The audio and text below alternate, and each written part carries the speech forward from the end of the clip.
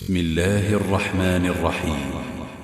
يسألونك عن الأنفال قل الأنفال لله والرسول فاتقوا الله وأصلحوا ذات بينكم وأطيعوا الله ورسوله إن كنتم مؤمنين.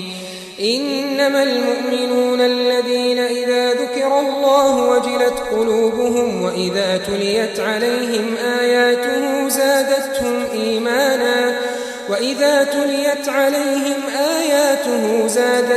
إيمانا وعلى ربهم يتوكلون. الذين يقيمون الصلاة ومما رزقناهم ينفقون أولئك هم المؤمنون حقا لهم درجات عند ربهم ومغفرة ورزق كريم. كما أخرجك ربك من بيتك بالحق وإن فريقا من المؤمنين لكارهون يجادلونك في الحق بعدما تبين كأنما يساقون إلى الموت وهم ينظرون. وإذ يعدكم الله إحدى الطائفتين أنها لكم وتودون أن غير ذات الشوكة تكون لكم ويريد الله أن يحق الحق بكلماته ويقطع دابر الكافرين ليحق الحق ويبطل الباطل ولو كره المجرمون. إذ تستغيثون ربكم فاستجاب لكم أني ممدكم ب1000 من الملائكة مردفين.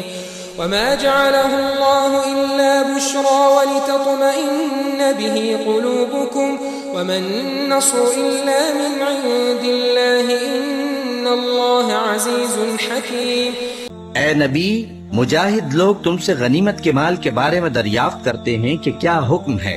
کہہ دو کہ غنیمت اللہ اور اس کے رسول کا مال ہے، تو اللہ سے ڈرو اور آپس میں صلح رکھو، اور اگر ایمان رکھتے ہو تو اللہ اور اس کے رسول کے حکم پر چلو.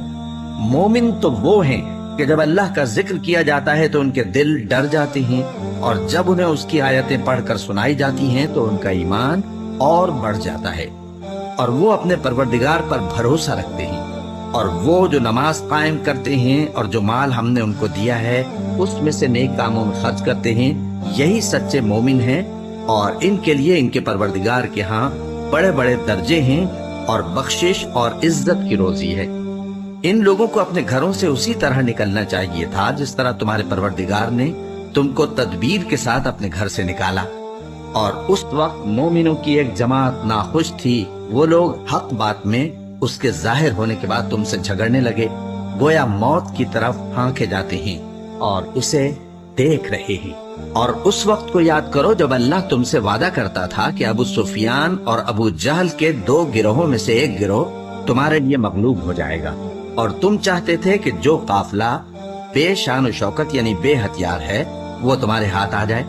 اور اللہ چاہتا تھا کہ اپنے فرمان سے حق کو قائم رکھے اور کافروں کی جڑ کاٹ دے، تاکہ سچ کو سچ اور جھوٹ کو جھوٹ کر دے، گو مشرک ناخوش ہی ہوں. جب تم لوگ اپنے پروردگار سے فریاد کرتے تھے تو اس نے تمہاری دعا قبول کر لی اور فرمایا کہ تسلی رکھو، ہم 1000 فرشتوں سے جو ایک دوسرے کے پیچھے آتے جائیں گے تمہاری مدد کریں گے. اور اس مدد کو اللہ نے محض بشارت بنایا تھا کہ تمہارے دل اس سے اطمینان حاصل کرے، اور مدد تو اللہ ہی کی طرف سے ہے.